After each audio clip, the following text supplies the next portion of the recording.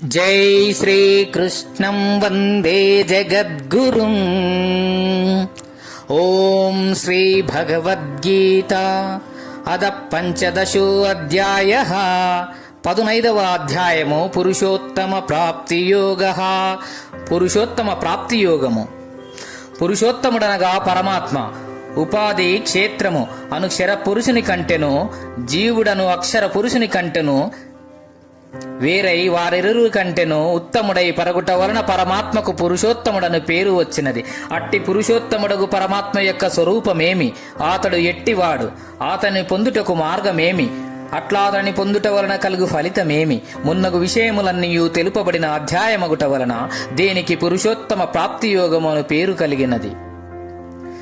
భగవద్భక్తి అభివృద్ధి నొందుటకు గాను విషయ విరక్తియు అత్యావశ్యకము కావున అట్టి విరాగమును పొందుటకు మొట్టమొదట ఈ దృశ్య రూప సంసారమునొక అశ్వత్థ వృక్షముగా పోల్చి దానిని అసంగమను ఖడ్గముచే ఛేదించి వేయులాగున తెలిపిరి.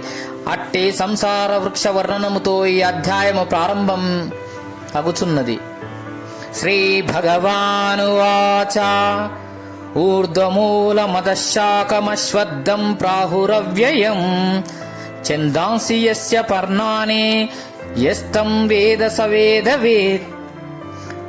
దేనికి వేదములు ఆకులుగా ఉన్నవో అట్టి సంసారమును అశ్వత్థ వృక్షము రావి చెట్టును పైన వేళ్లు గలదిగను క్రింద కొమ్మలు గలదిగను జ్ఞానప్రాప్తి పర్యంతము నాశనము లేనిదిగను పెద్దలు చెప్పుదురు. దానినెవడు తెలుసుకొనుచున్నాడో అతడు వేదార్థమును ఎరింగినవాడు అగుచున్నాడు. ఈ సంసారమొక వృక్షముగా పోల్చబడినది. అయితే అది అన్ని వృక్షముల వలె వేళ్లు క్రిందను కొమ్మలు పైన గలది కాదు. కేవలము తద్విరుద్ధముగానున్నట్టిదియు వేళ్లు పైనను కొమ్మలు క్రిందలుగాను కలిగి ఉన్నది. ఎట్టి వైపరీత్యమునందు క్రింది కారణములకు చెప్పవచ్చును.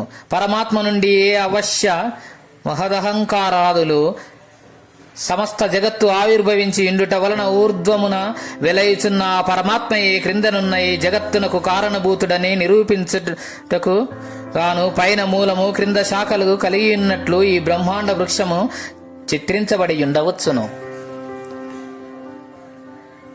లేక మాయా కార్యమేలాగున అంతయు తలక్రిందుల వ్యవహారముగా నుండును. ఆ రీతిగానే ఈ సంసార వృక్షము వర్తించుచున్నది. మంచిని చెడ్డగను చెడ్డను మంచిగను లేని దానిని ఉన్నదానిగను ఉన్నదానిని లేనట్లుగాను తోపింపజేయునది అగుటచే నీటి యందు ప్రతిబింబింపబడిన వృక్షం వలె ఈ సంసార వృక్షము తలక్రిందులుగా వర్ణింపబడినది. వృక్షము బాట యొక్క పక్కన ఉన్నప్పుడు దాని వలన యాత్రికులకు అవరోధం ఉండదు. కానీ గాలికి విరిగి తలక్రిందులుగా బాటపై పడినచో అప్పుడు కొమ్మలు క్రిందకును వేళ్లు పైనను ఉండును. అత్తరి ఆ వృక్షం వలన పాందులకు అవరోధము కలుగును. అలాగూ ఈ సంసార వృక్షము బ్రహ్మాండ మార్గమున జనించు వారికై ప్రబలమగు అవరోధములను కల్పించుచుండుట వలన అది తలక్రిందులుగా వర్ణింపబడి ఉండవచ్చును. జై శ్రీకృష్ణం వందే జగద్గురుం. గీతాచార్యులు.